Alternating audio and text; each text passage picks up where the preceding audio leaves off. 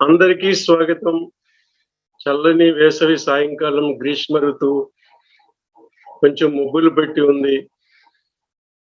ఆనందకరమైనటువంటిది గ్రీష్మ ఋతువులో మనం నెమ్మదిగా ఒక్కొక్క మెట్టు ఎక్కి ఇప్పుడు ఆజ్ఞా చక్రం దగ్గరికి వచ్చాం.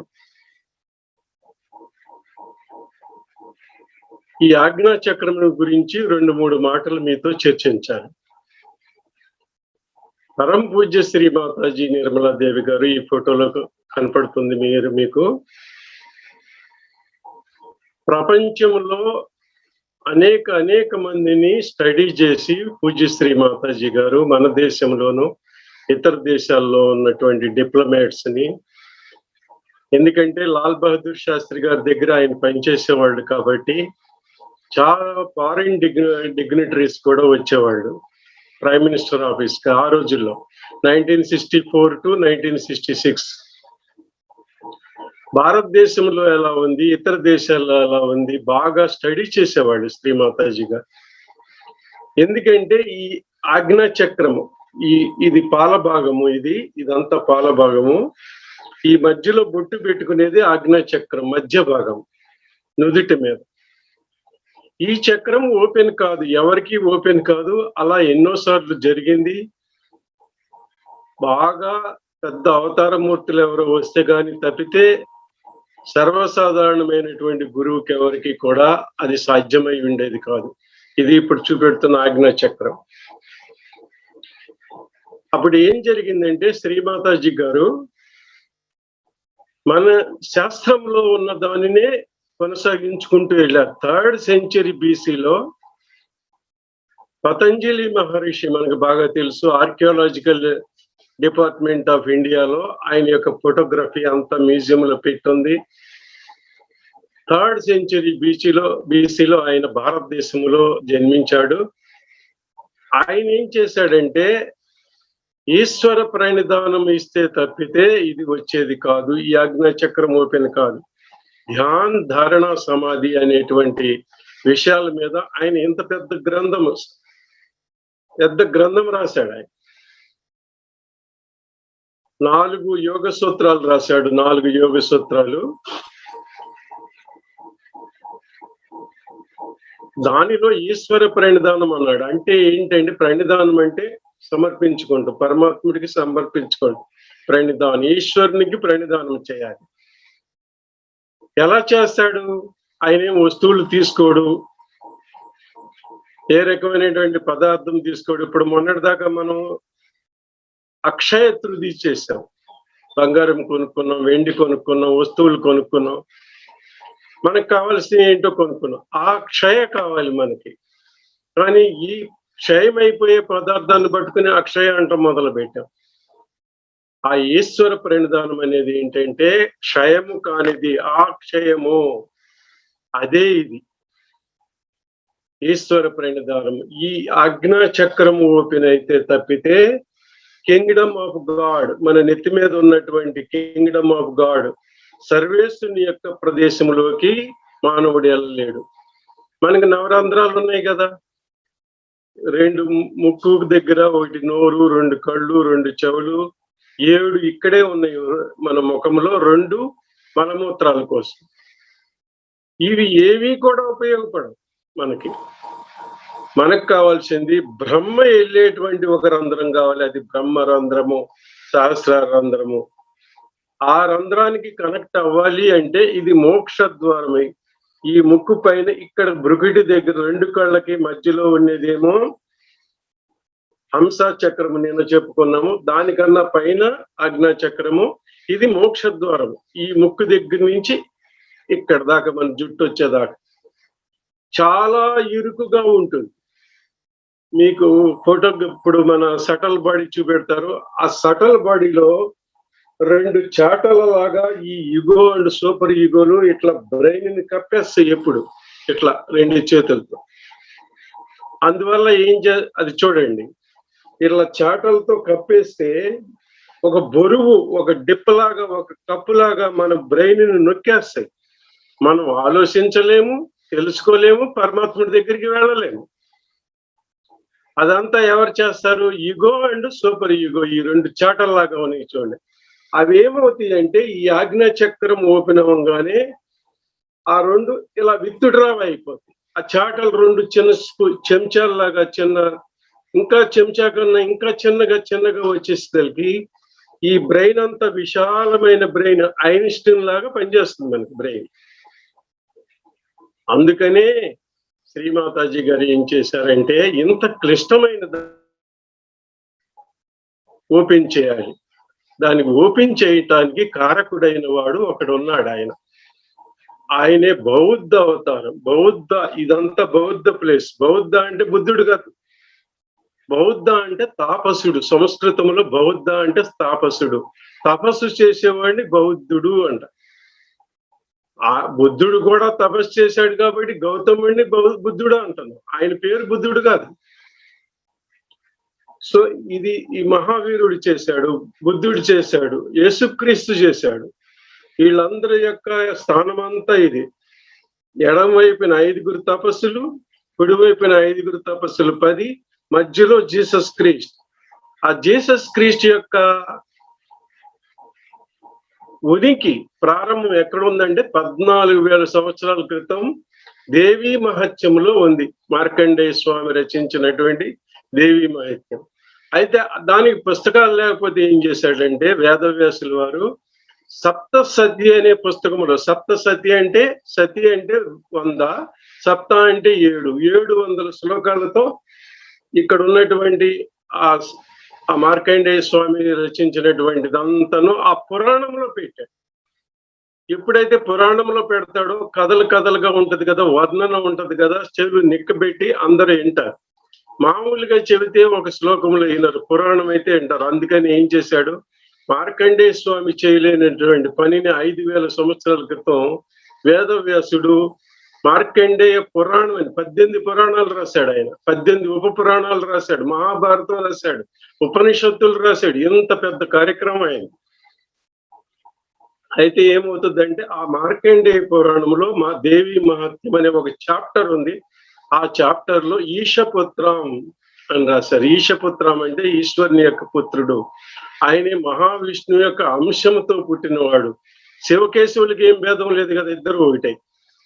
సో ఆయన జీసస్ క్రీస్తు, కృష్ణుని క్రీస్తు. యశోద పేరు మీద వచ్చింది, యశోద అట్లా. ఉత్తరప్రదేశ్ లో యశోద అంటారు, మనం యశోద అంటాం. యశోధర ఆవిడ పేరు, అసలు పేరు. సో వాళ్ళ పేరు మీద వచ్చింది. కృషివలుడు, కృషి చేస్తాడు కాబట్టి సాధ్యం చేస్తాడు, అసాధ్యమైన దాన్ని సాధ్యం తీసుకొస్తాడు. ఆయన ఏం చేశాడు, ఆయనే డిక్లేర్ చేసుకుని ఫిరోజ్ మహారాజుకి చెప్పాడు, ఇదిగో నేను ఇక్కడ ఉన్నాను, నన్ను అరెస్ట్ చేసుకోవచ్చు, మీరు ఎదుగుతున్నారు కానీ అన్నారు. ఆయన అరెస్ట్ చేసి క్రూసిఫై చేయటం వలన అతి క్లిష్టమైనటువంటి ఈ మోక్ష ద్వారము ఓపెన్ అయిపోయి. అది శ్రీమాతాజీ గారు తీసుకున్నటువంటి ఒక సాధన. ఆయన పేరు మీదే ఇది ఓపెన్ అవుతుంది. అందువల్ల ఏం చేస్తారంటే ఇక్కడ ఈ మన కుడి ఎడమలు ఉన్నాయి కదా, హం క్షమ 2 బీజాక్షరాలు ఉన్నాయి. శ్రీమాతాజీ గారు కనిపెట్టినది పతంజలి యోగ శాస్త్రంలో ఉన్నది ఒకటే. ఏం చెప్పారంటే అప్పుడు ఈ హం క్షమ్ 2 బీజాక్షరాల యొక్క సహారా హెల్ప్ మనం తీసుకున్నట్లయితే ఈ చాటల్లాగా ఉన్నది వెళ్ళిపోతుంది. కుండలిని శక్తి అక్కడ ఆటంకం అవదు, అడ్డుకోదు, పైకి వెళ్ళిపోతుంది. అందువల్ల ఈ బ్రెయిన్ లోకి వెళ్తేనే గాని, బ్రహ్మరంధ్రం దాటి వెళ్తే గాని సర్వవ్యాపనమైనటువంటి ఈశ్వర శక్తితో ఈ కుండలిని శక్తి కలవదు. అందుకని ఆజ్ఞా చక్రాన్ని ఆ విధంగా శ్రీమాతాజీ గారు కనిపెట్టి అతి సూక్ష్మంగా, సరళంగా, సింపుల్ గా 3 సంవత్సరాల బేబీ దగ్గర నుంచి 100 years వృద్ధుడు వరకు ఇది చేసుకోవచ్చు. ఇలా చేయి పెడితే ఒక్కసారి ఇట్లా చేయి పెట్టి కొంచెం నమ్రతగా తలని ఇట్లా దించి అలా అంటే చాలు, ఈ కుండలిని శక్తి అది ఎవరి ముందు, శ్రీమాతాజీ గారి ముందు కానీ, ఆవిడ యొక్క ఒరిజినల్ ఫోటోగ్రాఫ్ ముందు కానీ, నాలాంటి మీలాంటి సహజయోగుల దగ్గర కానీ ఇది జరుగుతుంది. ఒక్క శ్రీమాతాజీ గారే ఇస్తారని కాదు, ఆవిడేం చేసింది, ఆవిడ శక్తిని ఈ కలియుగంలో, ఈ 21st centuryలో మనకు కూడా ట్రాన్స్ఫర్ చేశారు. ఇంత కార్యక్రమం చేయాలి, ఇంత విశాలమైన కార్యక్రమం చేయాలి, దీన్ని నిశుల్కంగా అందించాలి, ప్రపంచమంతా చేయాలి, 6 ఖండాల్లో చేయాలి అని సహజయోగులకు కూడా శక్తిని ట్రాన్స్ఫర్ చేశారు శ్రీమాతాజీ గారు. ఇది మూల సిద్ధాంతం. ఎక్కడా కూడా విశ్వవిఖ్యాతమైనది అని ఎందుకంటామంటే, మహాయోగం అని ఎందుకంటామంటే, యోగరాజ్యం అని ఎందుకంటామంటే, ఈశ్వరి ప్రణిధానం అని ఎందుకంటామంటే, ఇన్ని లక్షణాలతో కూడి ఉండటం వలన, ఇంత సింప్లిసిటీ, ఇంత హంబుల్, ఇంత దాన గుణశీలంతో ఉంటుంది. ఒక పైసా తీసుకోకుండా. ఇక్కడ ఒక చిన్న విషయం కూడా మీ అందరికి చెప్పాలి. కొంతమంది అడుగుతున్నారు, what is the history of Shri Mataji. మనకి తెలుసు, యునైటెడ్ ఎర్త్ అనేది ఒక సంస్థ ఉంది స్వీడన్ లో, యూరప్ లో. అక్కడి నుంచి, ఆ కమిటీ దగ్గర నుంచి నోబెల్ ప్రైజులు వస్తాయి. ప్రతి సంవత్సరం అక్టోబర్ లో డిక్లేర్ చేస్తారు. శ్రీమాతాజీ గారికి ఆవిడ పేరు అక్కడికి వెళ్ళంగానే వాళ్ళ చైర్మన్ డాక్టర్ క్లేస్ నోబెల్ పరిగెత్తుకుంటూ వచ్చి పూనాలో శ్రీమాతాజీ గారిని కలిశాడు. అమ్మా, మీరు ఒక్క పైసా, $1 తీసుకోకుండా ఎలా చేస్తున్నారు? ప్రపంచం అంతా డబ్బులు తీసుకుంటది కదా, మీరు కూడా కొంచెం ఛార్జ్ చేయొచ్చు కదా అంటే, నీ భూమికి ఏమిస్తున్నావు, ఆకాశానికి ఏమిస్తున్నావు, వర్షానికి ఏమిస్తున్నావు, సముద్రానికి ఏమిస్తున్నావు, గాలికి ఏమిస్తున్నావు, ఈ ఆక్సిజన్కి ఏమిస్తున్నావు, నాకు ఏమీ వద్దు, నేను నిశుల్కంగా పంచిపెడతాను, నేను యోగ దాయిని అన్నారు శ్రీమాత. అంత పెద్ద సంస్థ, అంత పెద్ద వరల్డ్ ఫేమస్. ఆయనకి సమాధానం చెప్పారు. అక్కడ శ్రీమాతాజీ గారి యొక్క రాసినటువంటి, ప్రచురించబడినటువంటి ఆవిడ యొక్క పుస్తకం కూడా అక్కడ ఉంది ఇప్పుడు, నోబెల్ పీస్ ప్రైజ్ కోసం. సో ఈ విషయం ఎందుకు చెబుతున్నాం అంటే, నిశుల్కంగా ప్రపంచానికి ఇస్తున్నారు. 750 కోట్ల మంది 6 ఖండాలలో ఉన్నారు. అన్ని ఖండాలకి వెళ్ళి వచ్చారు శ్రీమాతాజీ గారు. సో ఈ భూమిక, ఈ బిగినింగ్, ఈ చిన్న సారాంశాన్ని మీ ముందు ఉంచాం. అందువల్ల మీ అందరికీ మరొకసారి స్వాగతాంజలిని సమర్పిస్తూ, ఇప్పుడు డీటెయిల్ గా మనం తెలుసుకుందాం ఆజ్ఞా చక్రం గురించి.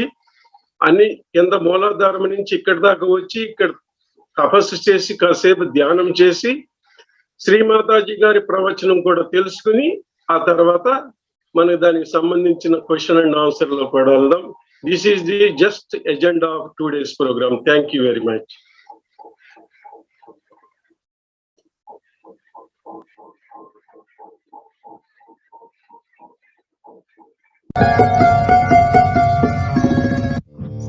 జై శ్రీ మాతాజీ అండి. మీ అందరికీ శుభోదయం. ఆ భగవంతుడితో అనుసంధానం చేసుకోవడానికి మనందరం కూడా ఈ సమయాన్ని చక్కగా వినియోగించుకుందాం. ముందుగా మనందరం మన 2 చేతుల్ని జోడిస్తూ భగవంతునికి నమస్కరించుకుందాం. మన గురువు, మన తల్లి పరమ పూజ్య శ్రీ మాతాజీ నిర్మలాదేవి గారికి నమస్కరించుకుందాం. అమ్మా, దయచేసి మాకు జ్ఞానం చేయడానికి అనుమతిని, అర్హతని ప్రసాదించండి తల్లి. సవినయంగా శ్రీ గణేష్ లాగా మనము మన కోరికను భగవంతుడి దగ్గర పెడుతున్నాము. ఇప్పుడు నెమ్మదిగా మన 2 చేతుల్ని మన ఒడిలో ఉంచుకుని శ్రీ మాతాజీ గారి యొక్క బొట్టును చూస్తూ, బొట్టుని ఎందుకు చూడమంటాము అంటే, శ్రీ మాతాజీ యొక్క ఆజ్ఞా చక్రంలో ఉన్న ఆ బొట్టును చూడగానే మనకి ఆ నిశ్చల స్థితి అనేది వస్తుందన్నమాట. దయచేసి మనం అందరం కూడా జ్ఞాన స్థితిలోకి వెళ్ళడానికి ఉపక్రమిద్దాం. మన 2 చేతుల్ని భూమాత మీద ఉంచుకుందాం. మనం భూమాతని ఈ విధంగా ప్రార్థిద్దాం. ఆది భూమాత, దయచేసి మా అందరికీ జ్ఞానం చేసుకోవడానికి అనుమతిని, అర్హతని ప్రసాదించండి తల్లి. మీ యొక్క భూతత్వం ద్వారా మా చక్రాల్ని, నాడుల్ని శుద్ధీకరణ చేయండి తల్లి. మన చక్ర నాడుల మీద మన యొక్క చిత్తాన్ని ఉంచుకుందాం. అంతర్ముఖంగా మన చిత్తాన్ని తీసుకెళ్దాం. ఆది భూమాత, మీ యొక్క సహనాన్ని, ఓర్పును మాకు ప్రసాదించండి తల్లి. నా యొక్క మూలాధార చక్రాన్ని పూర్తిగా పరిశుభ్రపరిచి శ్రీ గణేష్ తత్వాన్ని ప్రసాదించండి అమ్మా.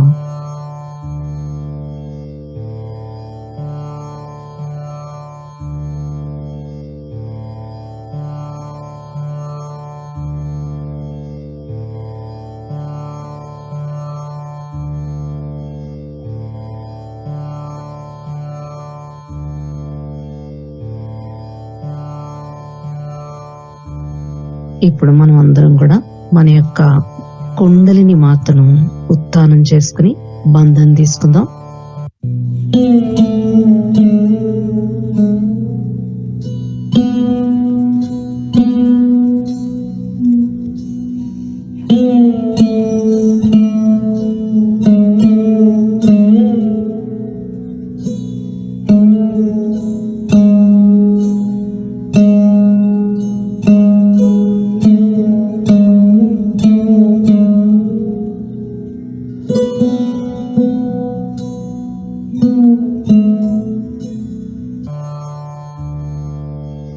ఇప్పుడు మనము మన కుడి చేతిని మన హృదయం మీద ఉంచుకుని ఎడమ చేతిని మన ఒడిలో ఉంచుకుందాం.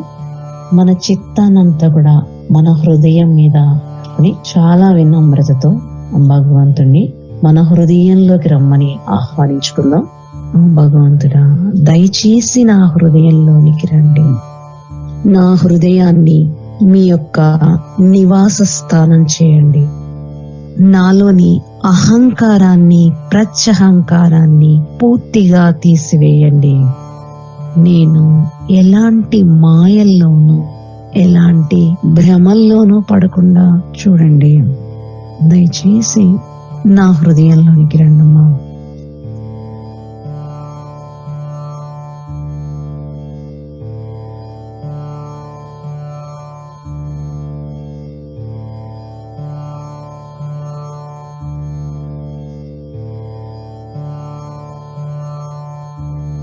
ఇప్పుడు మనం మన యొక్క మూలాధార చక్రం మీద చిత్తాన్ని పెట్టుకుంటాం. శ్రీ గణేశుడు ప్రథమ పూజిత, ఆయన యొక్క అనుమతిని తీసుకుంటూ మనం జ్ఞానంలోనికి వెళ్దాం. మన ఎడమ మూలాధార చక్రం మీద చిత్తాన్ని పెట్టుకోండి. మీరు సాక్షాత్ శ్రీ నిర్మల గణేశ, దయచేసి మాకు నిర్మలత్వాన్ని ప్రసాదించండి. మా యొక్క ఎడమ మూలాధార చక్రాన్ని పరిశుభ్రపరిచి నిర్మలత్వాన్ని ప్రసాదించండి.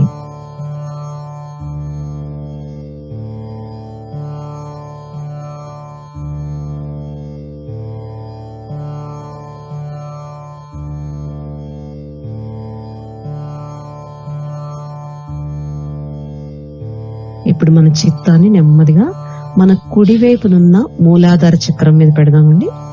ఇక్కడ మనము కార్తికేయుని మనము ఈ విధంగా ప్రార్థిద్దాము. తండ్రి కార్తికేయ, దయచేసి మా కుడి మూలాధార చక్రంలో ఉన్న అన్ని అవరోధాలని పూర్తిగా పరిశుభ్రపరిచి మాకు కార్తికేయుని స్థిరపరచండి. అన్ని రాక్షస శక్తులను సంహరించే దేవసేనాపతి మీరు. దయచేసి మా కుడి మూలాధార చక్రాన్ని పరిశుభ్రపరిచి కార్తికేయుణ్ణి మాలో సుస్థిరపరచండి తండ్రి.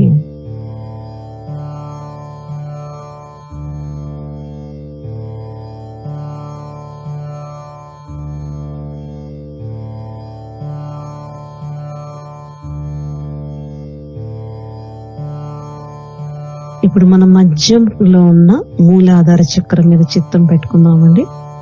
తండ్రి గౌరీ గణేశ, దయచేసి మా మధ్య మూలాధార చక్రంలో గణేష్ తత్వాన్ని సుస్థిరపరచండి. మీ గుణాలైన అమాయకత్వాన్ని, వినయాన్ని, వివేకాన్ని, పవిత్రతను, విచక్షణ జ్ఞానాన్ని మాకు ప్రసాదించండి.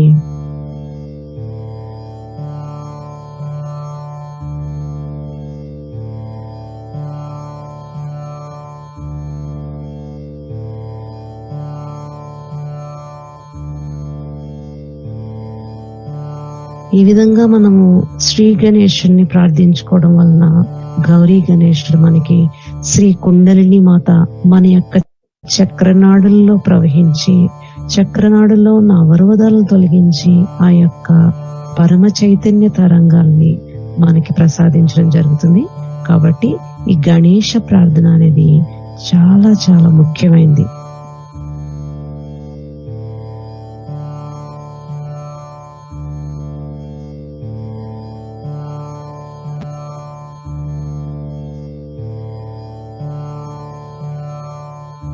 ఇప్పుడు మన చిత్తాన్ని మన ఎడమ స్వాదిష్టాన చక్రం మీద పెట్టుకుందాం. మనము భగవంతుని విధంగా ప్రార్థిద్దాం. దయచేసి మాకు నిర్మల విద్యను ప్రసాదించండి. మాలో ఉన్న అన్ని మాలిన్యాలను, అవిద్యను తొలగించండి.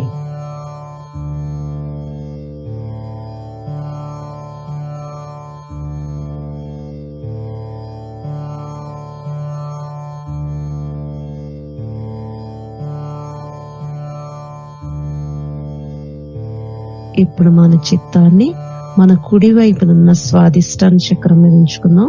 అమ్మా, దయచేసి మాకు నిర్మల చిత్తాన్ని ప్రసాదించండి. మన చిత్తం మీదే మన జ్ఞానము, మన ఎదుగుదల, ఆధ్యాత్మిక ఉన్నతి ఆధారపడుతుందండి. కాబట్టి ఈ చిత్తాన్ని మనము చాలా జాగ్రత్తగా గమనించుకుంటూ ఆ చిత్తంతో మనం ఎల్లప్పుడూ భగవంతుడితో ముడిపడి ఉండేటట్లు మనం చూసుకోవాలి. అంతర్ముఖంగా వెళ్ళాలి అంటే మన చిత్తం చాలా మనకి సహకరించాలన్నమాట. కాబట్టి మనం ప్రతిరోజు ప్రతిసారి మనం గమనించుకోవాలి ఎక్కడికి వెళ్తుంది మన చిత్తము అనేసి. దయచేసి మాకు నిర్మల చిత్తాన్ని ప్రసాదించండి. మాకు హిమాలయాల వద్ద ఉన్న చల్లదనాన్ని, చంద్రుడి యొక్క చల్లటి కాంతిని మా చిత్తంలోనికి ప్రసరించి అధికమైన వేడిని మా కాలేయం నుండి తీసివేయండి.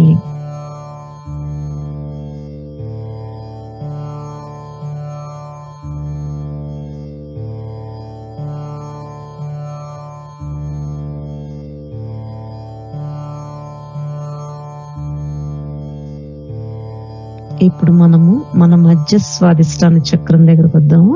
అమ్మా, దయచేసి మాకు బ్రహ్మ విద్యను ప్రసాదించండి తల్లి. బ్రహ్మదేవ సరస్వతుల యొక్క ఆశీస్సులను మాకు ప్రసాదించి మా స్వాదిష్టాన చక్రాన్ని పూర్తిగా పరిశుభ్రపరచండి తల్లి. మాలోంచి కోపాన్ని పూర్తిగా తీసివేయండి తల్లి.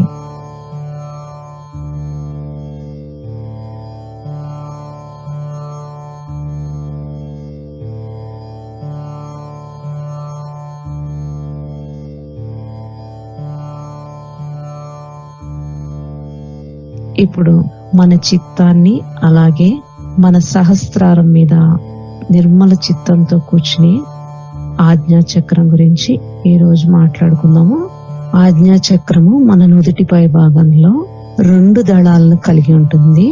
దీని యొక్క రంగు తెలుపు రంగు. అధిష్టాన దేవత మనకి మహావిష్ణువు, అలాగే జీసస్ అని కూడా చెప్పాను. అయితే మనకి ఆజ్ఞా చక్రం యొక్క స్థానాలు ఎడమ ఆజ్ఞా చక్రము. ఎడమ ఆజ్ఞా చక్రం అంటే మనకి కుడి వైపున ఉంటుంది, పింగళ నాడి ఎండ్ అయ్యే ప్లేస్ లో. అలాగే కుడి ఆజ్ఞా చక్రం అంటే ఎడమ వైపున ఇడానాడి ఎండ్ అయ్యే ప్లేస్ లో, అంటే పింగళ నాడి నుంచి ఎడమ వైపుకి వస్తుంది. ఇక్కడ ఎడమ ఆజ్ఞా చక్రంలో అధిష్టాన దేవత శ్రీ మహావీరుడు మనకి, అలాగే టెంపుల్ ప్లేస్, కణతల ప్లేస్ లో ఆ యొక్క స్థానం ఉంటుంది. మన యొక్క ఉంగరపు వేలు, ఎడమ ఉంగరపు వేలు మనకి ఈ యొక్క స్థానము. రైట్ సైడ్ వచ్చేటప్పటికి పింగళ నాడి నుంచి ఎండ్ అయ్యే ప్లేస్ లో మనకి కుడి ఆజ్ఞా చక్రం ఉంటుంది. ఇక్కడ అధిష్టాన దేవత శ్రీ బుద్ధ భగవానుడు. అలాగే మనకి ఫ్రంట్ ఆజ్ఞా చక్రం చెప్పాను కదండి, మహావిష్ణువు. పైన వెనకాల ఆజ్ఞా చక్రం వచ్చేటప్పటికి బ్యాక్ ఆజ్ఞ అని కూడా అంటారు. ఇక్కడ 3 అధిష్టాన దేవతలు మనకి శ్రీ మహా గణేశ, శ్రీ మహాభైరవనాథ్, హిరణ్య గర్భ, మహాహిరణ్య గర్భ అనే 3 దైవ స్థానాలు ఉంటాయి అన్నమాటండి. ఆజ్ఞా చక్రం మన యొక్క బొట్టు స్థానము, ఆడవాళ్ళు బొట్టు పెట్టుకునే స్థానము.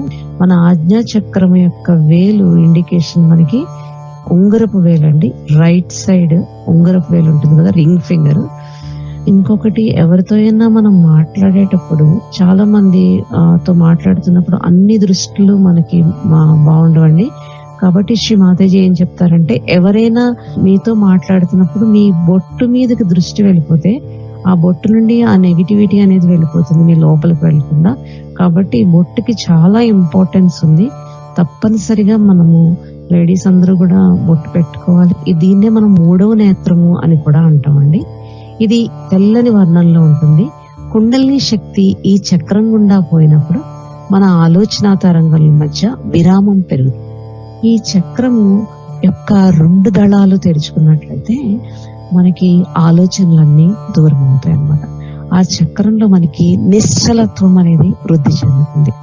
ఈ ఆజ్ఞా చక్రము 2 విధాలుగా, అంటే బుద్ధి ఎలా ఉంటుందంటే అహంకారము, ఈగోను, అలాగే ప్రత్యహంకారం, సూపర్ ఈగోగా విభజించబడుతుంది అనమాట అండి. అహంకారము, ప్రత్యహంకారం అనేవి ఆజ్ఞా చక్రం వద్ద క్రాస్ అవుతుంటాయి. ఇడా పింగళ నాడులకి ఇవి చిట్ట చివరి స్థానాలు అన్నమాట. ఇడానాడి అంటే ఎడం భాగం ద్వారా ఉద్భవించిన, ఉదాహరణకి మనం జ్ఞాపకాలు, పాత విషయాలకు సంబంధించిన, మన భూతకాలానికి సంబంధించే జ్ఞాపకాలు, ఇంకా కట్టుబాట్లు, కండిషన్స్ అని, అలాగే జరిగిపోయిన విషయాల్ని పదే పదే తలుచుకుని బాధపడడం, వీటన్నిటి వల్ల కూడా ఏమవుతుందంటే ఈ భూతకాలానికి సంబంధించిన విషయాలన్నీ కూడా మన కుడి భాగంలో ప్రత్యహంకారంలో నిల్వ చేయబడతాయి అన్నమాట అండి. ఇప్పుడు మనము అహంకారం గురించి మాట్లాడుకుంటే, ఇది అహంకారము మెదడు యొక్క ఎడమ భాగంలో గాలి బుడగ మాదిరిగా ఉంటుందన్నమాట అండి. ఎందుకు ఇలా అవుతుంది, స్టోరేజ్ అయిపోతుంది అంటే, మనకి కుడి భాగం యొక్క క్రియ, మనం ఎక్కువ పనులు చేయడము, అలాగే బాగా ప్రణాళికలు వేయడము, ఎక్కువగా ఆలోచించడం వల్ల ఏమవుతుందంటే ఆత్మ నిగ్రహాన్ని మనం కోల్పోతూ ఉంటాం. మనం శక్తిని ఎక్కువ ఖర్చు పెట్టేస్తున్నాం ఆలోచనల వలన, ఎక్కువ పనులు చేయడం వలన, ప్రణాళికలు చేయడం వలన. మీరు ఒక విషయం ఎప్పుడైనా గమనిస్తారో లేదో నాకు తెలియదు, కానీ నేనైతే బాగా గమనించాను. ఏంటి అంటే అండి, మనం శారీరకంగా పని చేస్తే ఎక్కువ అలసిపోమండి. ఒక 10 నిమిషాలు కూర్చుంటే మళ్ళీ మనకి యాక్టివ్ అయిపోతాం. అదే మానసికంగా మనము ఎక్కువ ఆలోచించినప్పుడు చాలా ఫ్రస్ట్రేషన్ అయిపోయి చాలా వీక్ అయిపోతూ ఉంటాం అన్నమాట. అందుకనే శ్రీ మాతాజీ ఏం చెప్తారంటే, మీ మెదడుకి పని చెప్పకండి. మీరు ఏ పనైనా కూడా మెదడుని ఆలోచించడం మానేస్తే అవుతుంటే అండి, మన ఆత్మ యొక్క వెలుగుని మనం చూడగలుగుతాం. ఈ ఆత్మ ఏం చేస్తుందంటే మనకి మెదడు యొక్క పనిని తగ్గించి ఆత్మతత్వం మన మెదడులోకి ప్రవేశించి మనకి చక్కటి ఆ స్పాంటేనియస్ గా ఏం జరగాలో దాన్ని జరిపిస్తారు. కాబట్టి ఎందుకంటే మాదేవి చెప్తారు, ఎప్పుడు మీరు నిర్విచారం అనే కోటలో ఉండండి. అక్కడికి వెళ్ళిపోతే మీరు ఎలాంటి ఆలోచన చేయక్కర్లేదు, ఏది చెయ్యాలో అది భగవంతుడే మీ చేత చేయిస్తాడని చెప్తూ ఉంటారు అనమాట. ఇప్పుడు మీకు అర్థమైంది కదండి, ఎక్కువ ఆలోచించడం వలన, ప్రణాళికలు వేయడం ఏమవుతుందంటే ఈ పింగళా నాడి నుంచి అత్యధికమైన ఆ వేడి అనేది, హీట్ ఏమవుతుందంటే జనరేట్ అయిపోయి ఆ బయటికి వెళ్ళడానికి మార్గం లేక అక్కడే స్టోరేజ్ అయిపోతుంది. ఎక్కడండి, ఎడమ వైపున మనకి ఆ టెంపుల్ కణత ప్లేస్ లో నిల్వ అయిపోతుంది అనమాట. కనుకనే మనకి ఏం చెప్తారంటే, చిన్నప్పుడే భగవంతునితో మనని కలిపే ఆ బ్రహ్మరంధ్రం ఏమవుతుందంటే అండి బాగా గట్టి పడిపోతుంది. అందుకనే ఈ బ్రహ్మరంధ్రం ఓపెన్ చేయడం అనేది ఇప్పుడు చిన్నపిల్లలకైతే అండి చాలా మెత్తగా ఉంటుంది. మీరు చూసే ఉంటారు, అక్కడ ఎప్పుడు ఇలా వాళ్ళకి మనకి ఇలా పల్సేట్ అవుతుంటుంది, ఇలా కొట్టుకుంటూ ఉంటుంది అనమాట.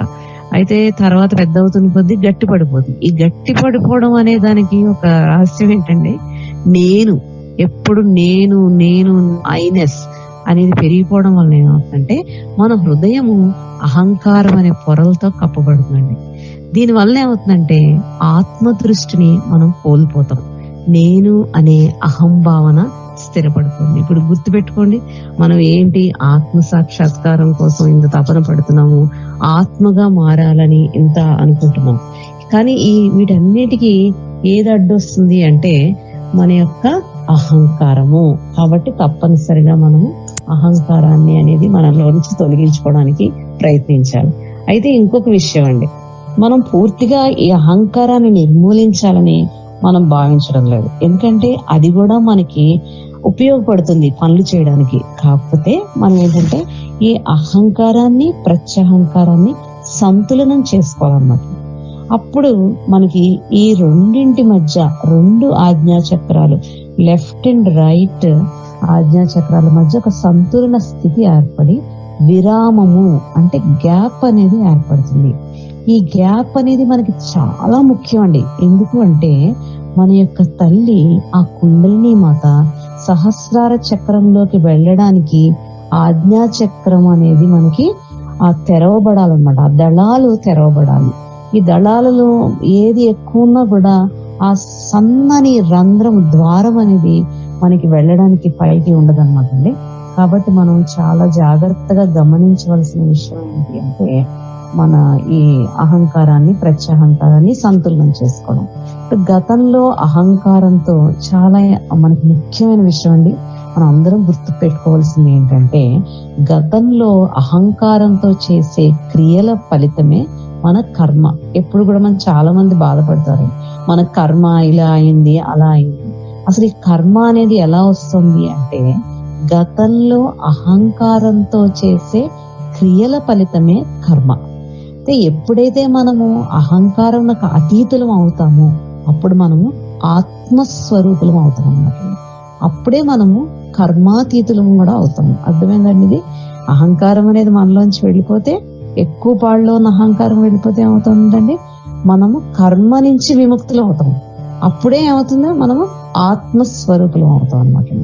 కాబట్టి మాతాజీ గారు చెప్తారు, అందుకనే మీరు ఆత్మగా మారాలి అంటే ఆ యొక్క అహంకార, ప్రత్యహంకార సంతులనము అనేది చాలా అవసరము అని.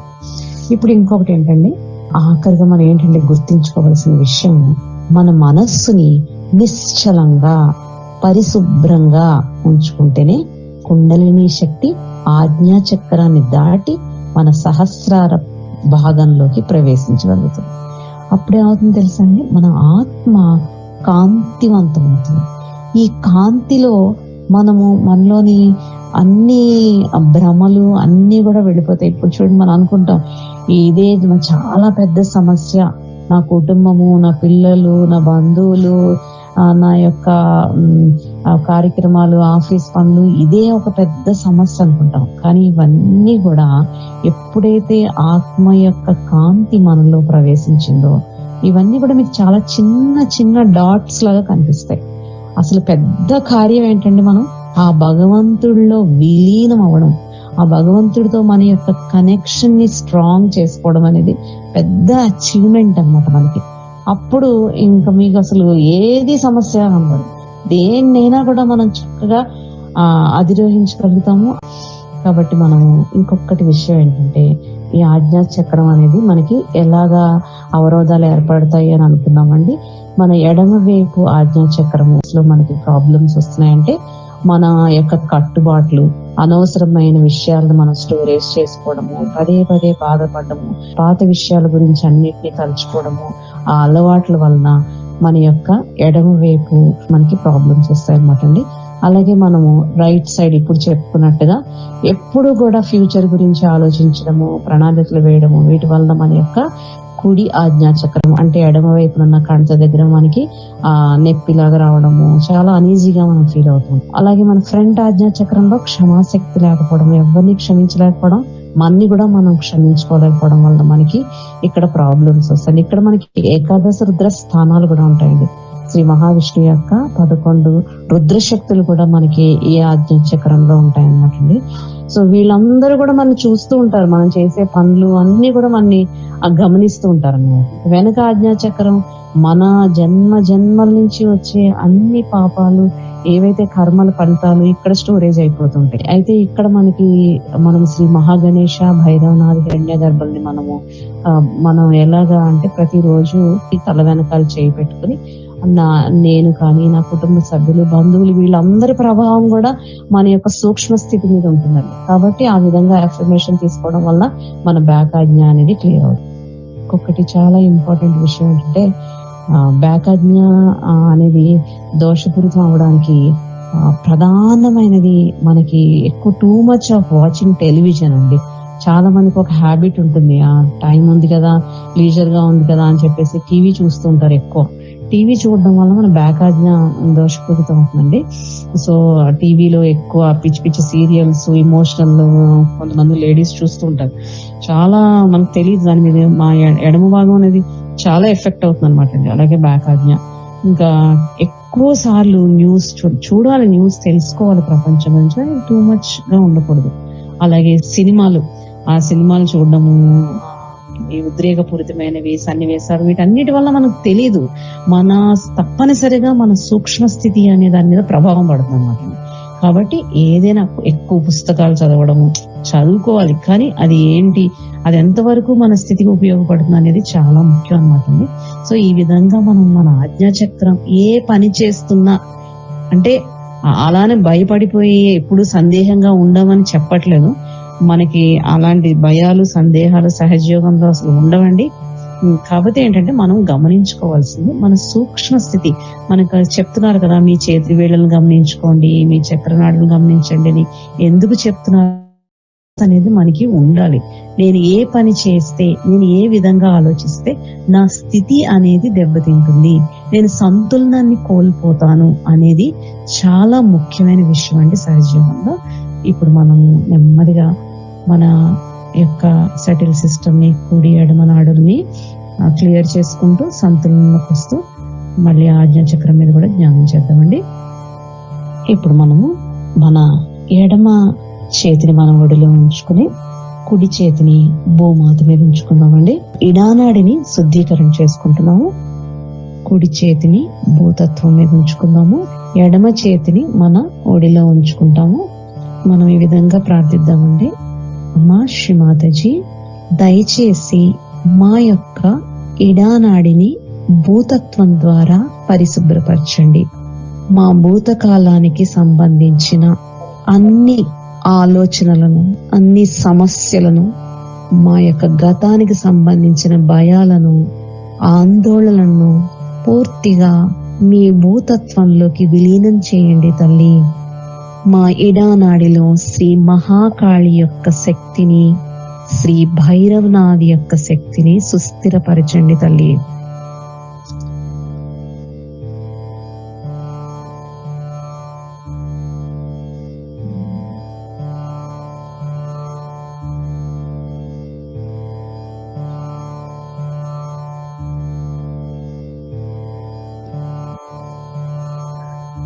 ఇలా మన చిత్తాన్ని మన క్రింది మూలాధార చక్రం నుంచి పైకి తీసుకువెళ్తున్నప్పుడు మనకి కొన్ని ఎక్కడెక్కడ మన కుండలిని మాత ఆగిపోతుంది, ముందుకు ప్రసరించలేకపోతుంది అనేది అర్థమవుతుందండి రాను రాను.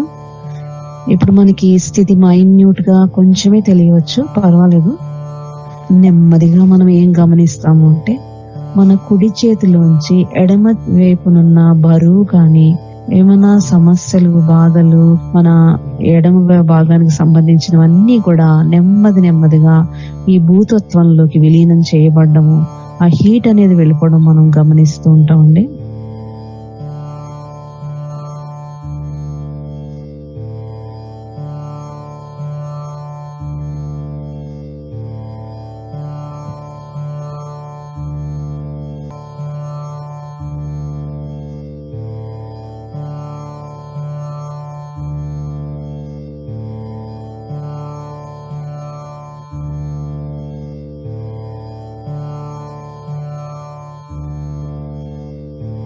ఇప్పుడు మన కుడి చేతిని మనం ఒడిలో ఉంచుకుంటాము.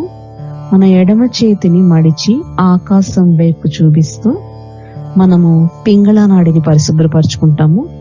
పింగళా నాడి ఎందుకు మనకి దోషపూరితం అవుతుంది అంటే, మనము ఎప్పుడు కూడా భవిష్యత్తు గురించి వచ్చే ఆలోచనలు, భవిష్యత్తు గురించి వేసే ప్రణాళికలు, మనము ఎక్కువ పని ఒత్తిడికి గురి కావడము, ఇవన్నీ కూడా మన యొక్క పింగళ నాడిని బలహీనం చేస్తాయి అన్నమాట. కాబట్టి మనం దాన్ని ఆకాశతత్వం ద్వారా పరిశుభ్రపరచుకుంటాం అన్నమాట.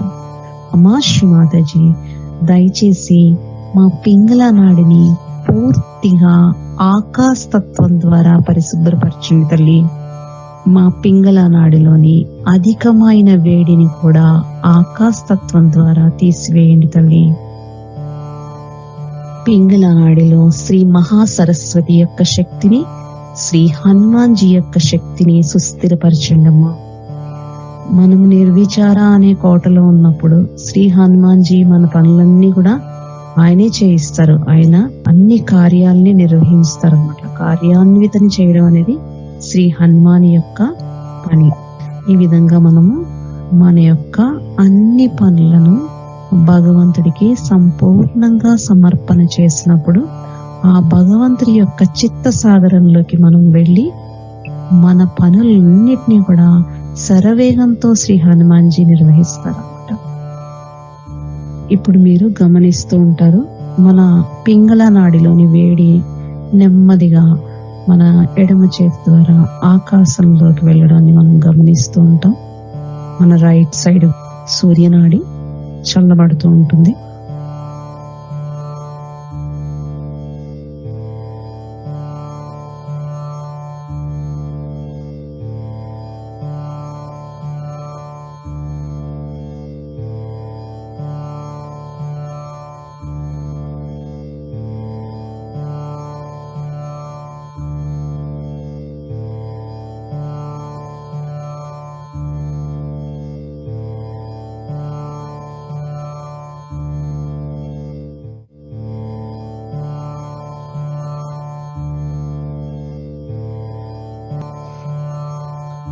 ఇప్పుడు మనము 2 చేతుల్ని మన ఒడిలో ఉంచుకుని సుషుమ్న మార్గములోకి వెళ్దాము. మన చిత్తాన్ని మన మధ్య నాడిలో ఉంచుతూ మన మాడిపై భాగాన్ని పెట్టుకుని, అలాగే మన హృదయం పైన కూడా, అమ్మా దయచేసి మాకు సంతులన స్థితి, బ్యాలెన్స్ స్టేట్ ని ప్రసాదించండి తల్లి. మా యొక్క సమస్త బాధలను, భయాలను, ఆందోళనలను అన్నిటినీ కూడా మనము భగవంతుడికి సంపూర్ణంగా సమర్పిస్తున్నాము. అదే అపారమైన విశ్వాసాన్ని, నమ్మకాన్ని మనం కలిగి ఉండాలన్నమాట. దయచేసి మాలో శ్రీ మహాలక్ష్మి తత్వాన్ని సుస్థిరపరచండి తల్లి. మహాలక్ష్మి తత్వం నిశ్చల తత్వం అండి. తణుకు బెణుకు లేకుండా ఎప్పుడూ చక్కగా బ్యాలెన్స్డ్ గా ఉంటారు. మహాలక్ష్మి తత్వం ఎవరికైతే ఉందో వాళ్ళు. దయచేసి మా యొక్క సుషుమ్నా నాడిలో శ్రీ మహాలక్ష్మి తత్వాన్ని, శ్రీ గౌరీ గణేష్ యొక్క తత్వాన్ని సుస్థిరపరచండి.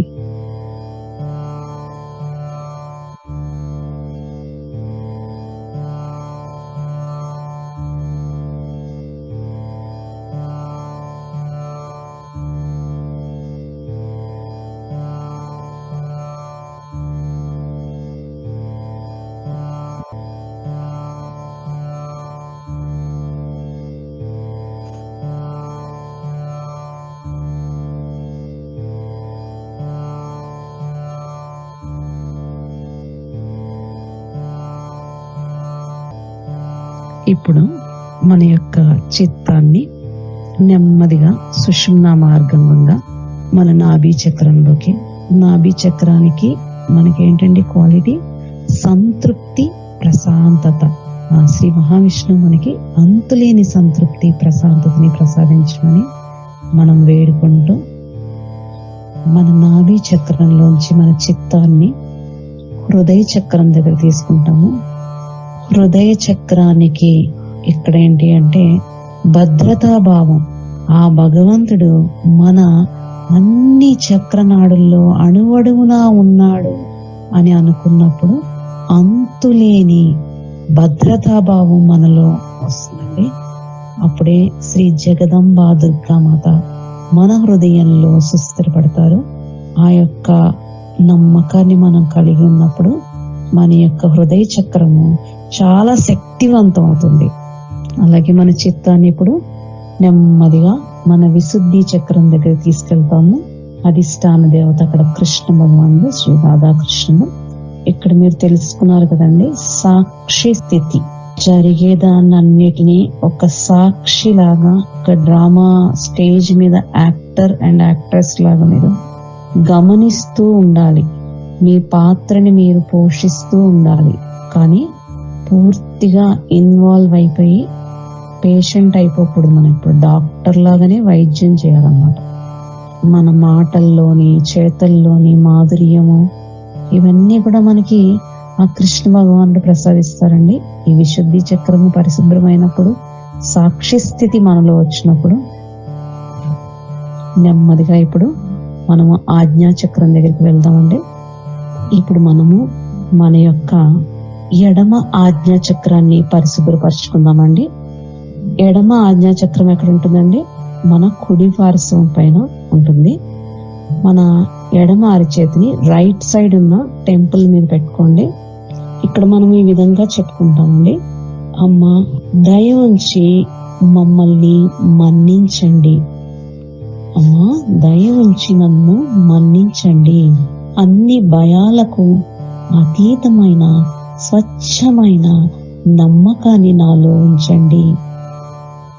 దయచేసి నాకు క్షమాశక్తిని ప్రసాదించండి. మీ మీద అంతులేని విశ్వాసం నమ్మకాన్ని కలిగేటట్లు నన్ను తయారు చేయండి.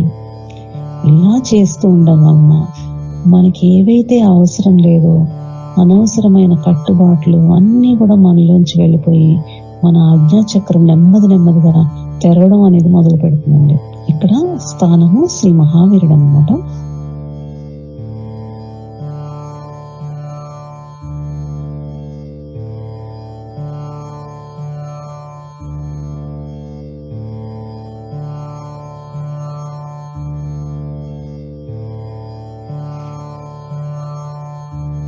నెమ్మదిగా ఇప్పుడు మన కుడి చేతిని మన ఎడమ కణత మీద పెట్టుకుంటామండి. ఇక్కడ అధిష్టాన దేవత బుద్ధుడు. మనం ఈ విధంగా చెప్పుకుంటాము, నేను అందరినీ క్షమిస్తున్నాను మరియు నన్ను నేను కూడా క్షమించుకుంటున్నాను. దయ ఉంచి నన్ను అన్ని సందేహాలకు అతీతంగా పూర్తి సమర్పణాభావంతో ఉంచండి. ఓ భగవంతుడా, నేను అందరినీ క్షమిస్తున్నాను మరియు నన్ను నేను క్షమించుకుంటున్నాను. దయ ఉంచి నన్ను అన్ని సందేహాలకు అతీతంగా పూర్తి సమర్పణాభావంతో ఉంచండి.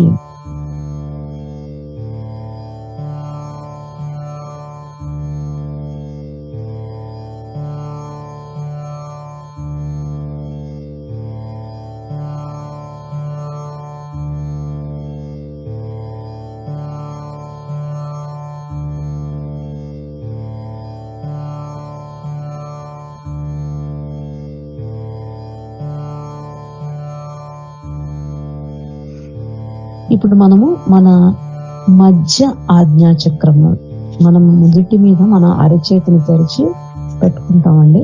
అంటే రెండు కణతల్ని కూడా ఎడమ కుడిని కొంచెం ప్రెస్ చేసుకుంటూ మనము మా మధ్య ఆజ్ఞాచక్రం మీద అరచేతి నుంచి ఈ విధంగా మనం చెప్దాం. శ్రీ మాతాజీ, దయ ఉంచి నాకు క్షమాశక్తిని అనుగ్రహించండి. హం క్షం ఈ బీజాక్షరం కూడా తీసుకొచ్చండి. ఇక్కడ హం క్షం, హం క్షం.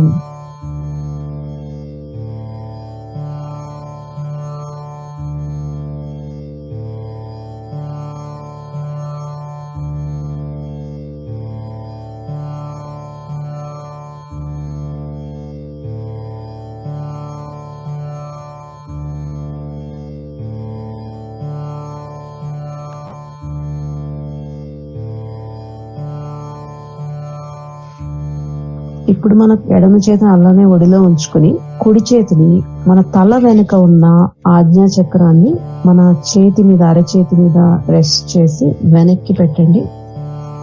భగవంతుని మనం ఈ విధంగా ప్రార్థిద్దామండి.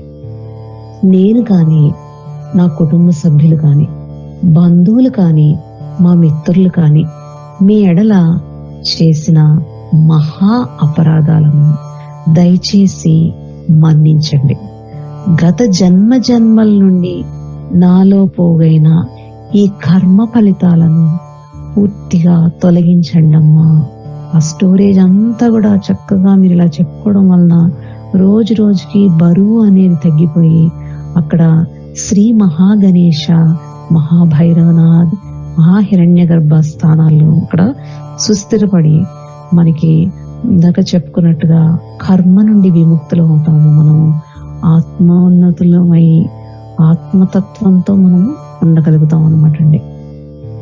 ఇలా చక్కగా రోజు ఒకసారి చేసుకున్న ఆజ్ఞాచక్రం మనకి పూర్తిగా శుభ్రపడుతుంది. చేయడమే కాదండి, మెకానికల్ గా చాలా ఇంపార్టెంట్ గా మనం గుర్తుపెట్టుకోవాల్సింది ప్రేమ, క్షమ. ఇవి రెండే ఈ ఆజ్ఞాచక్రం.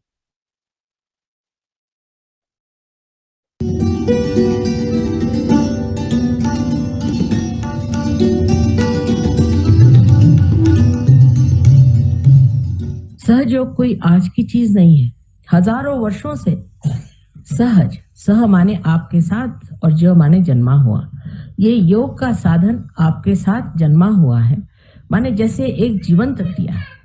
ये एक जीवंत क्रिया है, जीवंत शक्ति है जो हमारे अंदर कार्यान्वित है। अब हमें कहा जाता है कि हम अमीबा से इंसान बन गए, तो कैसे बने, किस तरह से बने, किसने बनाया? हमें तो कुछ पता नहीं किस तरह से बन गए, सहज बने। जो एक आप बीज जमीन के अंदर लगा देते हैं, उसमें जो अंकुर आता है वो सहज है, उसमें आप कुछ कर नहीं सकते, वो सहज है, क्योंकि एक जीवंत क्रिया है। जितनी भी जीवंत क्रिया है वो सहज है। हमारा श्वासोच्छ्वास लेना भी एक सहज क्रिया है। अगर हमें श्वासोच्छ्वास लेने के लिए किताबें पढ़नी पड़े और या तो किसी से सीखना पड़े तो न जाने कितने लोग जी सकेंगे। इसी प्रकार कुंडलिनी की भी जो शक्ति है वो भी सहज में ही जागृत होती है। ये शक्ति अंदर हमारे अंदर निहित है, हमारे त्रिकोणाकार अस्थि में, और उसे हम मूलाधार कहते हैं, माने वो हमारे मूल जो कि कुंडलिनी है उसका आधार है।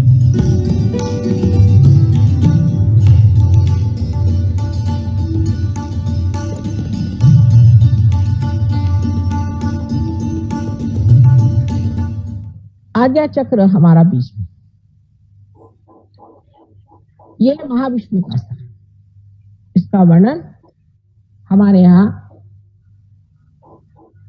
बहुत सुंदर देवी महात्म्य में मार्कंडेय स्वामी ने करके रखा है, लेकिन कौन पढ़ता है आजकल देवी महात्म्य, किसको फुर्सत? ये महाविष्णु का स्थान है और यहाँ जो दो स्थान है उसमें इस तरफ बुद्ध और इस तरफ महावीर जी। अब बुद्ध के लोगों ने भी बुद्ध का हाल खराब कर दिया। उन्होंने कहा था कि आप भगवान की बात ही मत करो, पहले ईश्वर की बात मत करो, कोई मूर्ति की भी बात मत करो, क्योंकि जब तक आत्म साक्षात्कार नहीं होता है तब तक लोग न जाने किस किस चीज को पूजेंगे। कोई भी पत्थर देखा उसको पूजने लग जाएंगे। ये क्या जानेंगे कि कौन सी स्वयंभू मूर्ति कौन सी नहीं? तो पहले आत्म साक्षात्कार, आत्म साक्षात्कार, आत्म साक्षात्कार, इसी को पहले जान। इसलिए लोग उनको कहते हैं वो अनिश्वरवाद थी। ये बात नहीं थी, वो बहुत प्रैक्टिकल आदमी थे। शुरू में हम भी यही कहते थे कि बाबा पहले आत्म साक्षात्कार लो फिर बात करें, लेकिन जैसे महाशय जी को देखा कि ध्यान करते हमें आत्म साक्षात्कार नहीं चाहिए तो आप तशरीफ क्यों ले आए यहाँ तो सिर्फ आत्म साक्षात्कार का काम है और कुछ। यही बुद्ध ने कहा था कि आप पहले आत्म साक्षात्कार को लीजिए। पर जब उन्होंने कह दिया कि किसी चीज की पूजा मत करो, कुछ न करो, आत्म साक्षात्कार को प्राप्त हो, तो इन लोगों ने तरह तरह के उसके ढोंग निकाले और उस ढोंग पे चल पड़े। महावीर जी के लिए क्या कहने, वो तो साक्षात भैरवनाथ जी, बहुत बड़ी चीज। एक बार जंगल में ध्यान करते करते जब वो लौटे तो उनका आधा वस्त्र कुंज में फंस गया। आप बुरा मत मानिए, लेकिन जिस बात का मुझे बहुत ही बुरा लगता है, क्योंकि वो भी हमारे बेटे हैं, तो उनका जब वस्त्र आधा फट गया और वो आ रहे थे, कहते हैं कि कृष्ण ने ही उनकी परीक्षा ली कि भाई तू तो अवलिया है, तू तो अवधूत, तुझे क्या जरूरत, मेरे पास तो एक भी कपड़ा नहीं, मैं नंगा खड़ा हूं, मेरे लिए तेरा कपड़ा दे दे। तो उन्हें एक क्षण भर के लिए उसको कपड़ा दे दिया। वो तो राजप्रसाद में रहने वाले राजकुमार थे, एक क्षण भर के लिए वो छुपा कर चले गए और अपना कपड़ा पहन लिया। आज देखिए कि उनके क्या क्या तमाशे लोगों ने बना के रखे हैं। एक माँ के हृदय से पूछिए, क्या इस तरह से उनके तमाशे बनाने चाहिए? सारी दुनिया भर में उनको इस तरह से घुमाते हैं और रास्ते पर भी इस तरह से घूमते हैं बेशर्म जैसे लोग। ये क्या, उन्होंने महावीर जी ने ये कहा था, अरे महावीर जी हो जाओ फिर देखा जाएगा। इस तरह की अनेक चीजें लोगों ने की है, जिससे कि मेरा हृदय एकदम कभी कभी लगता है कि इन लोगों के पाप कभी धुलेंगे ही नहीं, जिन्होंने इतनी बड़ी बड़ी महान विभूतियों का इस तरह से अपमान खुले आम पत्थरों पे किया, सीमेंट पे किया, हर जगह कर रहे हैं। इनको कैसे परमात्मा माफ कर सकता है?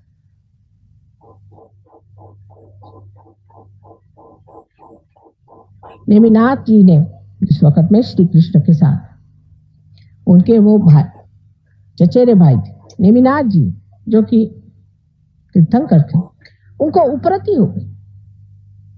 उनके शादी में बहुत सारे जानवर आए मारने के लिए और परिंदे आए, उनको देखकर उपरती होगी, ऐसे सबको हो सकती है।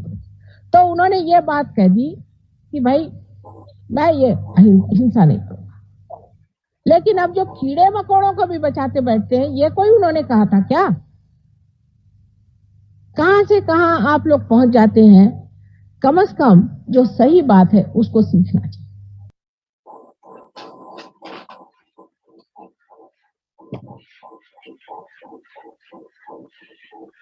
జై శ్రీ మాతాజీ. మనము ఇప్పుడు దాకా ధ్యానం చేసాం ఆజ్ఞా చక్రం గురించి. పూజ్య శ్రీ మాతాజీ గారి యొక్క ప్రవచనం కూడా ఉంది. ఇంకా కొన్ని మిగిలిపోయిన విషయాలు ఇప్పుడు తెలుసుకుందాం. ఆజ్ఞా చక్రం ఇదేమో ఫ్రంట్ ఆజ్ఞ, ఇది బ్యాక్ ఆజ్ఞ. మన యొక్క లస్ట్, మన కన్నుల యొక్క మనం చూసే విధానం ఉంటుంది. మన కన్నులు, శ్రీమాతాజీ గారు వేరే రికార్డింగ్ లో చెప్పారు, కనులలో లస్ట్ అనేది ఉంటుంది. వ్యామోహం, స్త్రీ వ్యామోహం, పదార్థ వ్యామోహం, మిగతా వ్యామోహాలు, ధన వ్యామోహం. ఆ కళ్ళల్లో ఆ శాంతి పర్వము అయినటువంటి ఆ లస్ట్ లేనటువంటి వ్యామోహరహితమైనటువంటి స్థితి అంతా మనకు వస్తుంది. ఇక్కడ ఎందుకనంటే 2 గ్రంథులు ఉంటాయి ఇక్కడ. పిట్యూటరీ, పీనియల్ అనే 2 గ్రంథులు ఉంటాయి. ఒకటి ముందు ఉంటుంది, ఒకటి వెనక ఉంటుంది. ఇది ఫ్రంట్ ఆజ్ఞ, ఇది బ్యాక్ ఆజ్ఞ. బ్యాక్ ఆజ్ఞలో ఇందాక మనం చెప్పినట్టుగా ఏంటంటే హిరణ్య గర్భ యొక్క స్థానం. హిరణ్యము అంటే బంగారం, హిరణ్య గర్భం అంటే ఈ అండాకారంలో ఉన్న గుడ్డులో నుంచి ఆయన వచ్చాడు అని. ఎందుకంటే ఆవిడ మేరీ మాత కదా, వివాహం కాకుండా వచ్చాడు కదా. అలా రావడానికి చాలా పెద్ద చరిత్ర ఉంది. దేవి మహత్యములంతా వర్ణించబడి ఉంది. అందువల్ల ఆయన పేరు హిరణ్య గర్భ. ఆ విధంగా వచ్చాడు. ఎప్పుడైతే ఇక్కడ ఈ ట్రయాంగులర్ బోన్ నుంచి ఇక్కడ దాకా కుండలిని వస్తుందో, ఇట్లా వస్తుందో, ఈ సమతుల్యంలో ఎడమ కుడి 2 అవుతాయో అక్కడ సమతుల్యం, సమాధి ఏర్పడటానికి కావాల్సిన ప్రిపరేషన్ అంతా ఇక్కడ అవుతుంది. ఆ ప్రిపరేషన్ అంతా ఇక్కడ అవుతుంది, సమాధి ఇక్కడ అవుతుంది. అది రేపు తెలుసుకుందాం మనం. ఆ సమాధిని గురించి చిన్న ఆడియో కూడా శివశంకర్ గారు మీ అందరికి పంపిస్తున్నారు, తయారు చేసి పెట్టారు. ఈ రోజు సాయంత్రం కానీ రేపు మార్నింగ్ కూడా ఇస్తారు ఆయన. సమా అంటే బ్యాలెన్స్, ధి అంటే బుద్ధి, మన యొక్క రైట్ స్వాదిష్టాన్ని, బుద్ధి, ఇంటెలిజెన్స్ అండ్ విజిడమ్, అదే గణేశ శక్తి. ఆ సమాధి ఏర్పడటానికి, ఈ నిర్విచార సమాధిలోకి తీసుకెళ్ళటానికి ఈ చిన్ని భాగం ఇక్కడి నుంచి ఇక్కడికి, అదే తూర్యావస్థలోకి తీసుకెళ్లేటువంటిది, అదే కింగ్డమ్ ఆఫ్ గాడ్లోకి తీసుకెళ్లేటువంటిది. ఆ చిన్ని భాగాన్ని మనం ఇందాక మర్చిపోయాం. అందువల్ల ఆ క్షమాశక్తి ద్వారా ఆ కింగ్డమ్ ఆఫ్ గాడ్లోకి వెళ్తాం మనం. అది 3 కాలాలు ఉన్నాయి, 3 గుణాలు ఉన్నాయి. Past, present, future. ఆ 3 గుణాలకి, 3 తత్వాలకి, అటన్నిటికీ సమతుల్యత ఏర్పడుతుందా అంటే మొత్తం 7, ఆ కింద ఉన్నటువంటి 5 చక్రాలు ఒక ఎత్తు అయితే ఈ ఒక్క చక్రమే 6వ చక్రం ఒక ఎత్తు. 6 దాటామంటే మనకి నిర్విచార సమాధి వస్తుంది. ఆ సమాధి రేపు దాని గురించి చాలా విషయాలు ఉన్నాయి. ఇప్పుడు శ్రీమాతాజీ గారి యొక్క స్పీచ్ తీసుకుందాం. ఏమంటున్నారంటే పూజ్య శ్రీమాతాజీ గారు నిన్నటి చెప్పినట్టే ఆ కనెక్షన్ అంతా ఆ వీడియోలో నిన్న చెప్పింది కూడా ఉంది. ఒక బీజాంకురం ఎలా అవుతుందో కుండలిని శక్తి మూలాధారం నుంచి పైకి వస్తుంది. ఎలా అయితే మట్టిలో ఒక చిన్న బీజాన్ని ఉంటే తనంత తామే అది ఎలా వికసిస్తుందో, చెట్టులాగా అవుతుందో, మొక్కలాగా వస్తుందో, అదంతా అది థౌజండ్స్ ఆఫ్ ఇయర్స్ దగ్గర నుంచి ఇది అంతా ఉంది. ఇప్పుడు వచ్చింది కాదు. అమీబా దగ్గర నుంచి ఈ ఆధునిక మానవుడి వరకు జరిగినటువంటి ఈ జీవ పరిణామ క్రియ అంతా ఆ చిన్న 1 minute వీడియోలో చెబుతున్నారు శ్రీమాతాజీ గారు. తర్వాత ఏం చెబుతున్నారంటే ఇటువైపున మహావీరుడు, ఇటువైపున బుద్ధుడు, మధ్యలో జీసస్ ఉన్నాడు. కాబట్టి బుద్ధుడి యొక్క జీవిత చరిత్రలో జరిగినటువంటి, అంటే మానవ సమాజము ఆ మహానుభావుల యొక్క జీవిత చరిత్రని ఎంత డౌన్వర్డ్స్ తీసుకున్నాయో, ఎంత ఘోరంగా తీసుకున్నాయో, వాళ్ళ ఫాలో అప్ లో ఉన్నటువంటి ఆ దుర్గుణాలన్నీ చెబుతున్నారు. ఆయన ఏమన్నాడంటే మీరు ఇన్ని చిత్రమైనటువంటి విచిత్రమైన వేషాలు వేయకోకుండా విగ్రహాలన్నీ ఆరాధన చేయకుండా కనపడిన ఒక రాయినన్నిటికీ మొక్కకోకుండా ముందు ఆత్మ సాక్షాత్కారం తీసుకోండి అంటే అది వినిపించుకోలేదా. ఆ విషయం బుద్ధుడి గురించి చెబుతున్నారు. రెండవది మహావీరుని గురించి ఏం చెబుతున్నారంటే, ఈ దిగంబర సన్యాసులందరూ చేరేసి బట్టలన్నీ లేకుండా నడి బజార్లో నడుచుకుంటా వెళ్తున్నారు.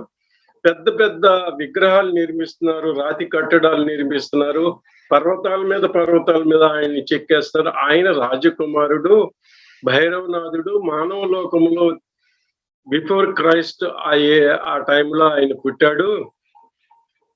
ఆయన ఏంటంటే తపస్సు చేస్తాడు. ఇది తాపస స్థలం అని చెప్పుకున్నాం కదా, తపోస్థలం. ఆ ముళ్ళ కంచులో ఆయన యొక్క పంచి పట్టుకుందంట. ఆ పంచి సగం చినిగిపోయింది, ఇంకా సగం మాత్రమే ఉంది. చిన్ని కృష్ణుడు ఆయన్ని పరీక్ష చేసుకోవడానికి వెళ్ళి, నాకు చూడు, నాకు బట్టలు లేవు, నాకు నీ దగ్గర సగమన్నా ఉంది, అది ఇవ్వు అంటే, నువ్వు పెద్ద రాజదర్బారు కదా, అహుల్య కదా, పెద్ద అవధూతవు కదా, తపస్సు చేస్తావు కదా, నీకెందుకు బట్టలని ఎగతాళిగా మాట్లాడితే ఆయన పరీక్ష చేయడం కోసం ఆ చిన్న సగం చిరిగిపోగా మిగిలింది పంచి ఆయనకి ఇచ్చేశాడు. ఇచ్చేసి ఆకులై కప్పుకుని సూర్యుడు కొంచెం కిందకు వచ్చిన తర్వాత మొక్కల చోటు నుంచి ఆ సౌధంలోకి వెళ్ళిపోయాడు. దాన్ని పట్టుకుని ఒక క్షణకాలంలో ఆయన బట్టలు లేకుండా ఉన్నది పట్టుకుని వీళ్ళు ఈ విధంగా చేశారు. అంటే శ్రీమాతాజీ గారికి వచ్చినటువంటి కోపావేశాన్ని వ్యక్తం చేస్తున్నారు. అలాగే ఈ జైనులు వీళ్ళందరూ ఉంటారు కదా, వెజిటేరియన్ ఉండాలి అని అంటారు కదా, మాంసం అనేది తినకూడదు అంటారు కదా. అది కూడాను చాలా అతిగా, అంటే నేమినాథ్ మహావీరుని కన్నా ముందు పుట్టినటువంటి నేమినాథ్ ఆయన టైంలో విపరీతంగా జంతువులు హింస చేసేసి హత్య చేసేసి వాటి మాంసం వండితే అప్పుడు ఆయన అన్నాడంట, ఈ రోజు నుంచి అహింసో పరమో ధర్మ అని, ఎవరి జంతువుల్ని చంపొద్దు, వాడి మాంసం వండొద్దని. దాన్ని తీసుకొచ్చి ఇంకా మరీ ఇక దోమ చనిపోయినా ఈగ చనిపోయినా అదే పట్టుకుంటారంట. అంటే మనిషి ముఖ్యం కానీ అదేముంటుంది, నేను ఆటకిస్తాను, ఆత్మ సాక్షాత్కారం మీకు ఇస్తాను అంటున్నారు. అంటే వాళ్ళు చేస్తున్నటువంటి దానిని ఆగ్రహంతో తెలియజేస్తున్నారు శ్రీమాతాజీ గారు. ముఖ్యంగా వీళ్ళ ముగ్గురిని గురించి చెప్పారు. అది ఈ రోజు మనం నేర్చుకున్నది. చాలా ఓపికగా మీరు ఈ గంట సేపు ఇక్కడ ఉన్నారు.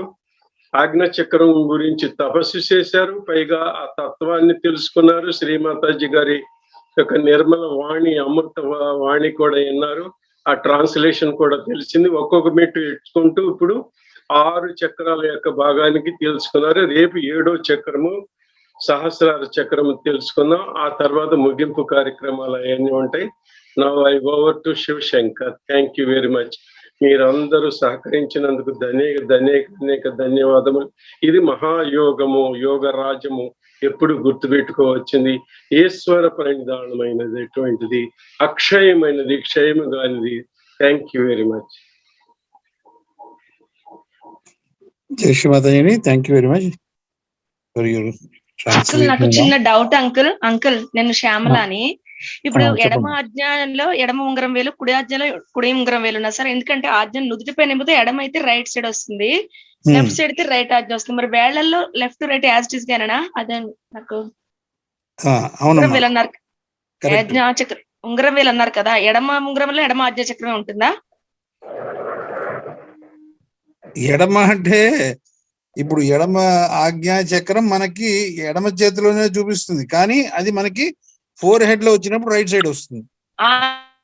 4 హెడ్ లో అదే డౌట్ వచ్చింది సార్. అదే ఎడమది అంటే ఎడమదే, 4 హెడ్ లో రైట్ లో ఉంగరం వేలు మాత్రం ఎడమది, ఎడమ ఆజ్ఞా వేలు ఎడమ అక్కడ ఉన్నది ఇక్కడ చూపిస్తూ ఉంటుంది అనమాట. అదే విధంగా పింగళ నాడి ద్వారా మనకి వచ్చినటువంటి అహంకారం ఏదైతే ఉందో అది మనకి రైట్ ఫింగర్ లో చూపిస్తుంటుంది, కానీ అది మేనిఫెస్టేషన్ ఎక్కడ ఉంటుందంటే left side of the head లో ఉంటుంది. అహంకారంగా బెలూన్ కింద ఉంటుంది. ఓకే, అదే అర్థమైంది. వేళ్ళే నాకు డౌట్ వచ్చింది, ఎడమ వేలంటే కుడి ఆజ్ఞా చక్రం ఉంటుందా ఏంటని డౌట్ వచ్చింది. నెక్స్ట్ ఇంకొక డౌట్ అంకుల్, ఇప్పుడు చెప్పారు కదా కుడి స్వాదిష్టానం మీద చిత్తం పెట్టుకొని చేద్దాం అన్నారు కదా. కుడి స్వాదిష్టం అంటే ఎడమ చేయి పెట్టుకోవాలి కదా, అక్కడ ఎడమ చేయి పెట్టింది కుడి చేతి మాత గజ దగ్గర పెట్టుకోవాలి, అలా చేయాలి కదా. చిత్తము పెట్టుకోవచ్చు, లేకపోతే మన చేయి కూడా చెయ్యిలు పెట్టుకోవచ్చు. పెట్టుకోవచ్చు. చేతులు పెట్టుకుంటే తెలుస్తుంది కదా. కొత్తగా వచ్చిన వాళ్ళు చేతులు పెట్టుకుంటే మంచిది. చేతులు ఎప్పుడైతే పెట్టుకుంటామో ఆ వైబ్రేషన్స్ అక్కడ పాస్ అయ్యి అది క్లియర్ అవుతుంది. తర్వాత పోను మన చిత్తం ద్వారానే అన్ని చేసేయచ్చు. దాని తర్వాత మనం ఏం అనుకోపోయినా కూడా అది ఆటోమేటిక్ గా చిత్తం అక్కడికి వెళ్ళి కుండలిని వెళ్ళి అది క్లియర్ చేస్తుందని. సో అన్ని కూడా జరుగుతుంటాయి. Thank you uncle. నమస్తే. Thank you. నమస్తే. ఇంకెవరైనా ఉన్నారండి సందేహాలు?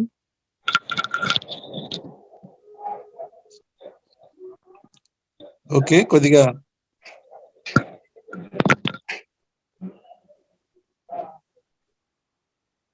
మీ ఆడియో వినిపించట్లేదండి, మ్యూట్ లో ఉన్నట్టున్నారు. ఆ ఆజ్ఞా చక్రం గురించి ఏం చెబుతున్నానంటే 1 సెకండ్ టైం తీసుకుంటాను. ఎడమే కుడే ఇక్కడ కూడా మారదు. అది వంగటం వల్ల అటు వస్తుంది. ఎడమదే ఎడమ ఉంటుంది, కుడిదే కుడి ఉంటుంది. ఇది కుడి, ఇది ఎడమ. కుడి ఎడమలు ఏమీ చేంజ్ కావు, కేవలం వంగుతుంది అంతే. అది కొంచెం కన్ఫ్యూజ్ చేసుకోవద్దు. Thank you.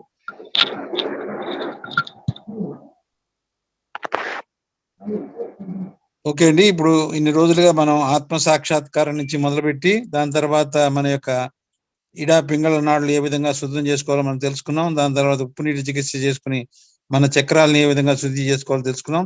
దాని తర్వాత ఈ 6 చక్రాలని మీద ఏ విధంగా ధ్యానం చేసుకోవాలి, ఏ విధంగా శుద్ధి చేసుకోవాలన్న విషయం కూడా మనం తెలుసుకున్నాం. ప్రతి చక్రంలో మనకి ఏ గుణాలు వస్తాయి, మూలాధారం దగ్గర నుంచి చూసుకున్నారంటే మనకు అమాయకత్వం, పవిత్రత, శీలము, వివేకము, విచక్షణ జ్ఞానం, వినమ్రత, ధైర్యము, ఈ గుణాలన్నీ కూడా మనకి మూలాధారం నుంచి వస్తాయి. అదేవిధంగా స్వాధిష్టానంలో నిర్మల విద్య, శుద్ధ ఇచ్ఛ, నిర్మల చిత్తము, సృజనాత్మక శక్తి ఇవి వస్తాయి.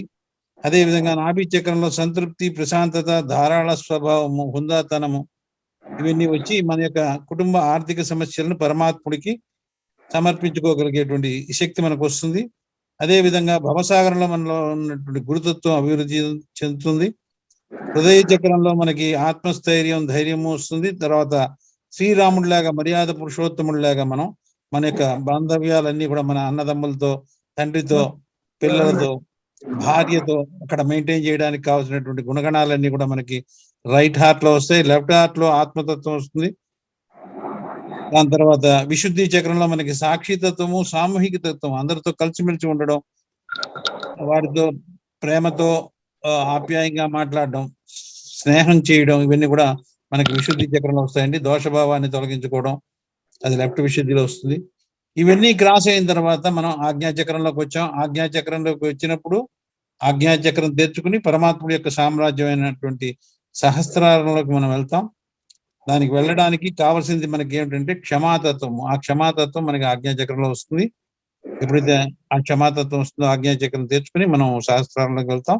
సో ఈ విధంగా ఏ విధంగా మనం డెవలప్ చేసుకుని ఉన్నత స్థితికి వెళ్ళి యోగ స్థితిలో సదా ఉండడానికి, దాని తర్వాత యోగ స్థితి ద్వారా మన గుణగణాల్లో పరివర్తన అంటే అభివృద్ధి. ఆల్రెడీ మనం పుట్టినప్పుడు ఏదో కొన్ని గుణాలు ఉంటాయి, మనకి జన్మతహా మనకి కొన్ని గుణాలు ఉంటాయి. ఆ గుణాలన్నింటినీ కూడా అభివృద్ధి పరచుకోవడానికి ఈ యోగం అనేది పనికి వస్తుందండి. యోగం ద్వారానే ఆ పరివర్తన అనేది జరుగుతుంది. లేకపోతే సాధారణ మనుషుడు వాడు చేసిన ప్రతి తప్పుని కూడా సమర్థించుకుని అదే కంటిన్యూ అవుతాడు. ఎప్పుడైతే యోగ స్థితికి మనం చేరుకుంటామో అప్పుడు మనలో ఉండే లోపాలన్నీ మనం తెలుసుకుని వాటిని నివృత్తి చేసుకోగలుగుతాం. వాటిలో పరివర్తన వస్తుందండి. ఇది శారీరక పరంగా ప్రతి అణువులో కూడా ఈ పరివర్తన అనేది జరుగుతుంది. సో ఇంత చక్కటి కార్యక్రమం మనకు ప్రతినిత్యం చక్కగా జరుగుతుంది, అన్ని నేర్చుకుంటున్నాం. మీరు కూడా శ్రద్ధగా ప్రతిరోజు ప్రతి వీడియోని మళ్ళీ నెంబర్ ఆఫ్ టైమ్స్ విని అవన్నీ కూడా చక్కగా తెలుసుకోండి. అప్పుడు చక్కటి అభివృద్ధి అనేది జరుగుతుంది. సో ఇప్పుడు మనం ఒక 2 నిమిషాల పాటు ధ్యానంలో ఉందాం. 2 చేతులు తెరిచి ఉంచుకుని శ్రీ మాతాజీ గారికి హృదయపూర్వకమైన ధన్యవాదాలు తెలియజేసుకుందాం. ఇంత చక్కటి సరళమైన మార్గాన్ని ఇచ్చినందుకు మా తల్లి ఈ పాదపద్మములకు పరిపూర్ణ శరణాగతులై ధన్యవాదాలు తెలియజేసుకుంటున్నాం తల్లి. ఇప్పుడు ఒక 2 నిమిషాల పాటు మనం ధ్యానంలో ఉందామండి. 2 చేతులు తెరిచి ఉంచుకుని చిత్తాన్ని మాడి మీద ఉంచుకుని చేతుల్ని గమనిస్తూ ఉండండి.